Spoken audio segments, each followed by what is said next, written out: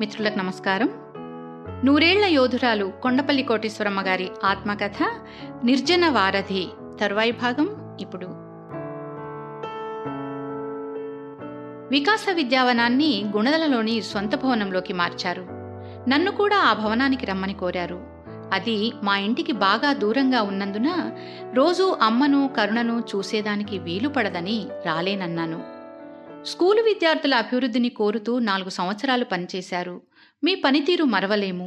దానికి గుర్తింపుగా కారుణ్యమూర్తి బుద్ధుని విగ్రహాన్ని పారితోషికంగా 10,000 రూపాయలను ఇవ్వాలనుకుంటున్నాము అని వేణుగోపాలరావు గారు చెప్పారు. వాలంటరీగా పనిచేస్తానని వెళ్ళి పని ముగిసిన తర్వాత 10,000 తీసుకోవడం మర్యాద అనిపించుకోదు అంది కరుణ. ఇస్తానన్నది తీసుకోకుంటే పెద్దలు నొచ్చుకుంటారేమో, తీసుకుంటే కరుణ ఏమంటుందో అనుకుంటూ చివరికి బుద్ధ విగ్రహాన్ని తీసుకుంటాను, కానీ ఆ 10,000 రూపాయల్ని మా చందు పేరుతో బ్యాంకులో వేసి వచ్చే వడ్డీతో స్కూలు వార్షికోత్సవంలో చిత్రలేఖనంలో గాని పాట పాడడంలో గాని ప్రావీణ్యమున్న విద్యార్థికి ప్రైజుగా ఇమ్మని చెప్పాను. స్కూలు పెద్దలు ఆనందంగా అంగీకరించారు. అందరూ మర్చిపోయిన చందును సంవత్సరానికొకసారి వికాస విద్యావనమైనా గుర్తుకు తెస్తుందనుకుంటూ పెద్దలిచ్చిన బుద్ధ విగ్రహాన్ని సంతోషంగా అందుకున్నాను. అదే చివరి ఉద్యోగం. ఆ తర్వాత ఇంట్లోనే ఉన్నాను.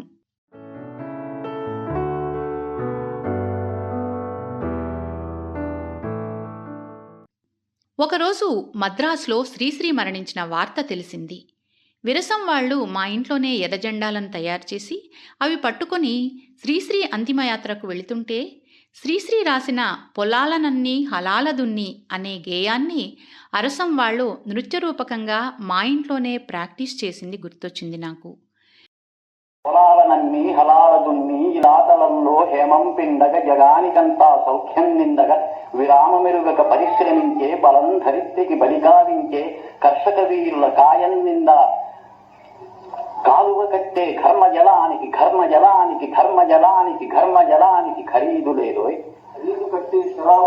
నరాల బిగువు కరాల సత్తువ వరాల వర్షం కురిపించాలని ప్రపంచ భాగ్యం వర్ధిల్లాలని గనిలో వనిలో కార్ఖానాలో పరిప్లవిస్తూ ధనిక స్వామికి దాస్యం చేస్తూ యంత్రభూతముల కోరలతోనే కార్మిక వీరుల కన్నుల నిండా కనకన మండే గలగల తొనగే విలాపాగ్నులకు విషారాశులకు ఖరీదు కట్టే శరాబు లేదోయ్. కావున లోకపుట న్యాయాలు కాల్చే ఆకలి కూర్చే వేదన దారిద్ర్యాలు దౌర్జన్యాలు బహిష్కరించే పాటలు తీస్తూ పాటలు రాస్తూ నాలో కదిలే నవ్య కవిత్వం కార్మిక లోకపు కళ్యాణానికి శ్రామిక లోకపు సౌభాగ్యానికి సమర్పణంగా సమర్చనంగా త్రిలోకాలలో త్రికాలాలలో శ్రమైక జీవన సౌందర్యానికి సమానమైనది లేనేలేదని కష్టజీవులకు కర్మవీరులకు నిత్యమంగళం నిర్దేశిస్తూ స్వస్తివాక్యములు సంధానిస్తూ స్వర్ణవాక్యములు సంరావిస్తూ యథార్థ జీవిత యథార్థ దృశ్యం పునాదిగా ఇక జనించబోయే భావి వేదముల జీవనాదములు జగత్తుగంతా సౌలిస్తానోయ్. కమరి కొలిమి కుమరి చక్రం జాలరి పక్కం సాలిర మగ్గం శరీర కష్టం స్ఫురింపజేసే గొడ్డలి రంపం కొడవలి నాగలి సహస్ర వృత్తుల సమస్త చిహ్నలు నా వినిపించే నవీన గీతికి నా విరచించే నవీన రీతికి భావం భాగ్యం ప్రాణం ప్రణవం అని ప్రతిజ్ఞలో గేయం రాశాను. శ్రీశ్రీని ముందుగా అభిమానించిన అభ్యుదయ రచయితలకు, ప్రజానాట్య మండలి కళాకారులకు నిలయంగా ఉన్న మా ఇంట్లో నుండే విరసం వాళ్ళు ఇలా జెండాలను తీసుకుని వెళుతుంటే ఒక రకమైన తృప్తి కలిగింది. వయసు మళ్ళిన మా అమ్మ కరుణ పరిస్థితి చూసి బాధపడి మంచమెక్కింది. అన్నం తినమంటే వద్దంటూ నన్ను కరుణ కంటే ముందుగా చనిపోయేటట్లు చూడమనేది. నీ బాధలు చూసి అలసిపోయాను, ఇక చూడలేను, చూసే శక్తి లేదు అనేది. నువ్వు కూడా చనిపోతే నా కన్నీళ్లు తుడిచేవారు ఎవరుంటారమ్మా అని నేనంటే, నువ్వు జీవితమంతా ఏడ్చేదానికోసమే పుట్టినట్టున్నావు అనేది. ఒకరోజు మంచం దగ్గరకు పిలిచి, అమ్మా ఇక నేను బ్రతకను, చనిపోతాను. మీ తమ్ముడు అమెరికా నుంచి వచ్చి నా అంత్యక్రియలు జరపడం సాధ్యం కాదు. చిన్నప్పటి నుండి రామ్మోహనరావు నన్ను అమ్మా అని పిలిచాడు. కొన్నాళ్లు నాతోనే ఉన్నాడు. వాడినే అంత్యక్రియలు జరపమనండి. నాకు దినవారాలు చేయనవసరం లేదు. మీ పార్టీ పద్ధతి ప్రకారం నన్ను గుర్తు చేసుకునే సమయంలో ఉభయ పార్టీలను కలిసి పనిచేయమని అంజమ్మ కోరినట్టు చెప్పండి. వారికి నా గుర్తుగా ఒక్కొక్కరికి 1000 రూపాయలు ఇవ్వండి. వేమూరి నాగేశ్వరరావు గారి దగ్గర ఆ 2000 ఉన్నాయి. వాటిని తీసుకోండి అని చెప్పింది. చెప్పిన వారం రోజులకే అమ్మ నన్ను ఈ లోకాన్ని విడిచి వెళ్ళిపోయింది. కరుణ మా అమ్మ చెప్పినట్లుగానే చేసింది. అమ్మ స్మారక సభకి కాట్రగడ్డ శ్రీనివాసరావు గారు ఇంకా పెద్దవాళ్లందరూ వచ్చారు. సభలో రహస్యపు రోజుల్లోనూ, విజయవాడలో కమ్యూనిస్టు పార్టీ అభివృద్ధి చెందడంలోనూ, ఆమె చేసిన పనుల గురించి, ఆమెతో రహస్యపు రోజుల్లో కలిసి పనిచేసిన పరకాల పట్టాభిరామారావు లాంటి వారు చెప్పారు. రష్యా విప్లవోద్యమానికి తన సేవలందించిన గోర్కీ అమ్మ లాంటి అమ్మ అంజమ్మ గారని అమ్మ గూర్చి తనకు తెలిసినదంతా చెప్పారు. మలబారు పోలీసులు మన వాళ్లను పిట్టలను కాల్చినట్టు కాల్చి చంపేస్తుంటే అన్నీ తెలిసి కూడా అంజమ్మ గారు నిర్భయంగా మమ్మల్ని కాపాడుతూ మా ఆకలి బాధను తీర్చడమే కాకుండా మమ్మల్ని అమ్మ కంటే మిన్నగా ఆదుకున్నారని చెప్పి అమ్మకి విప్లవాభివందనాలు అందించారు వచ్చిన వారంతా. ఆమె జీవితం ముందు తరాల వారికి తెలిసేటట్లు చేయడం అవసరము అన్నారు. నా జీవితంపై వీచిన సుడిగాలులకు నేను పడిపోకుండా నాకు దన్నుగా నిలిచిన మా అమ్మను, నా జీవితంపై వీచిన వడగాలులకు నేను వాడి రాలిపోకుండా నన్ను తన కొంగుచాటున దాచిన మా అమ్మను, ఇంతమంది గోర్కీ అమ్మలాంటిదంటుంటే నాకు ఆనందాశ్రువులు, దుఃఖాశ్రువులు ఒకేసారి కళ్ళ నుండి జారాయి. నా పెళ్ళైన దగ్గర నుండి అమ్మ నన్ను అంటిపెట్టుకునే ఉంది. మా తమ్ముడు వెంకటరెడ్డి దగ్గర ఎప్పుడూ లేదు. తమ్ముడు కూడా చిన్నప్పుడు విద్యార్థి ఉద్యమంలో పనిచేశాడు. తర్వాత రైల్వేలో ఉద్యోగం చేసుకుంటూ కొరియర్గా కూడా పనిచేశాడు. ఆ టైంలో పోలీసులకు దొరికిపోయి 6 నెలలు జైల్లో ఉన్నాడు. వాళ్లు కొట్టిన దెబ్బలకు చెవుడు కూడా వచ్చింది. ఇదంతా చూసి మా మరదలు కొన్నాళ్లు మతిస్థిమితం లేకుండా అయింది. యూనియన్ల కారణంగా ఉద్యోగం తిరిగి వచ్చినప్పటికీ అప్పట్నుంచి రాజకీయాలకు మా కుటుంబానికి దూరంగా ఉండేవారు. రిటైర్ అయినాక కూతురు దగ్గరికి అమెరికా వెళ్ళిపోయాడు. మా రాజకీయాల వల్ల మళ్ళీ ఏం సమస్యలు వస్తాయోనని మా మరదలు పెద్దగా కలవనిచ్చేది కాదు. వాడిది చాలా మంచి మనసు. కానీ మరదలి మాటకి భయపడేవాడు. చివరికి అమ్మ పోయినప్పుడు కూడా వాడు రాలేకపోయాడు. అమ్మ దినవారాలు జరపమంటూ అమెరికా నుండి మా మేనకోడలు జ్యోతి 10,000 పంపింది. స్త్రీ విద్య అంటే అమ్మకి చాలా ఇష్టం. నా చిన్నప్పటి నుండి కూడా స్త్రీలు బాగా చదువుకోవాలనుండేదామెకి. కరుణ మెడిసిన్ చదవడం కోసం అవసరమైతే మనం తనకి దూరంగా బతుకుదాం అని సలహా ఇచ్చింది మా అమ్మే. అందుకని బాగా చదువుకొని మంచి మార్కులొచ్చే ఆడపిల్లలకి ప్రతి సంవత్సరం అమ్మ అంజమ్మ పేరుతో స్కాలర్షిప్ ఇవ్వమని పామరులో ఆ డబ్బు ఇచ్చాను.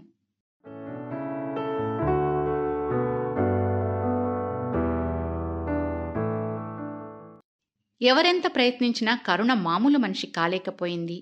భర్తను, అన్నను కోల్పోయి తండ్రిని ఎప్పుడు కాల్చేస్తారో తెలియని పరిస్థితుల్లో స్థిమితంగా బతకలేకపోయింది.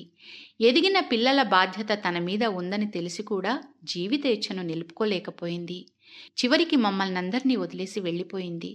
ఒకరోజు ఇంట్లో ఎవరూ లేకుండా చూసి తలుపులకు బయట తాళాలు వేసి లోనికెళ్ళి నిద్రమాత్రలను నూరుకొని నీళ్లలో కలుపుకొని తాగేసింది. అందరం కరుణ హాస్పిటల్కు వెళ్ళిందనుకున్నాం. టైంకు హాస్పిటల్కు వచ్చే డాక్టరమ్మ ఎంతసేపటికి రాకపోవడంతో నర్సులు ఫోన్ చేశారు. ఏమైందా అని మేం వెతకనారంభించాం. దగ్గరకేసున్న కిటికీ తలుపులు తీసి చూస్తే మంచం మీద పడున్న కరుణ కనిపించింది. గుండెలు బాదుకుంటూ తలుపులు విరగ్గొట్టి స్పృహలేని కరుణను తెలిసిన డాక్టర్ దగ్గరకు తీసుకెళ్లాం.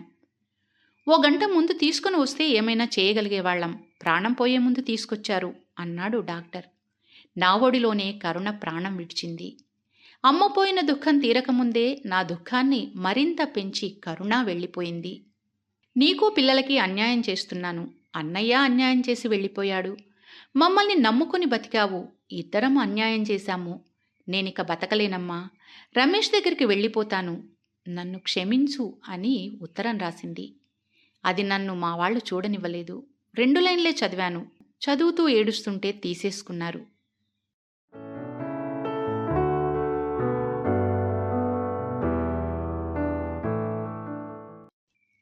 నేను ఏమైనానో, నా ఒడిలో ఉన్న కరుణను చూస్తూ ఏమాలోచిస్తున్నానో నాకే తెలియని మనస్థితి.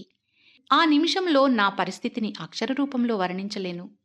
ఆత్మహత్యని తెలిస్తే పోలీసులు రావడం, పోస్టుమార్టం చేస్తామనడం, కేసులు వగైరా అవుతాయని దుఃఖాన్ని మింగివేయమంటాడు మా రామ్మోహనరావు. కరుణ పెద్ద కూతురు అనురాధ ఊళ్ళో లేదు. కబురు వెళ్ళింది.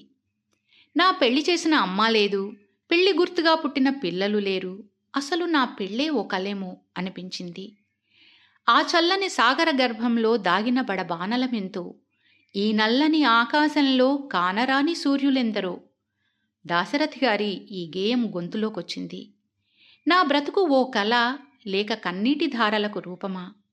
ఇలా ఈ మండే గుండెలతో నేను బ్రతకగలనా అనుకుంటూ ఏవేవో ఆలోచనలు. సాయంత్రానికి అనురాధను వెంటబెట్టుకుని తుమ్మల కృష్ణాబాయి గారొచ్చారు. పట్టరాని బాధతో, పట్టలేని శోకంతో, కన్నీళ్లతో అందరం జోహార్లు కరుణ, అమర్రహే కరుణ అంటూ కరుణ అంతిమయాత్రను ముగించాం. నేను అన్నా అని పిలిచే నీలం రాజశేఖర్ రెడ్డి గారు నన్ను ఓదార్చడానికి వచ్చారు. గుండెల్లో దాగిన దుఃఖం గోదారిలా పొంగింది. ఏడుపు తప్ప నా నోట మాట రాలేదు.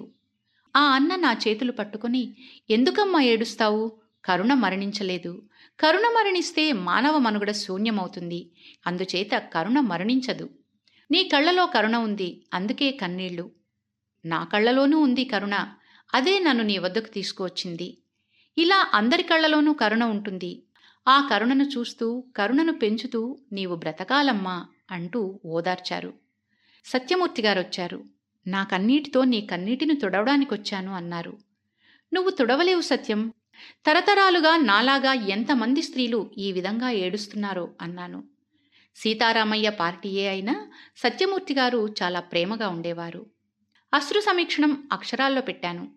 ఆ పేరుతోనే ఆ తర్వాత నా కవితా సంకలనం తీసుకొచ్చారు.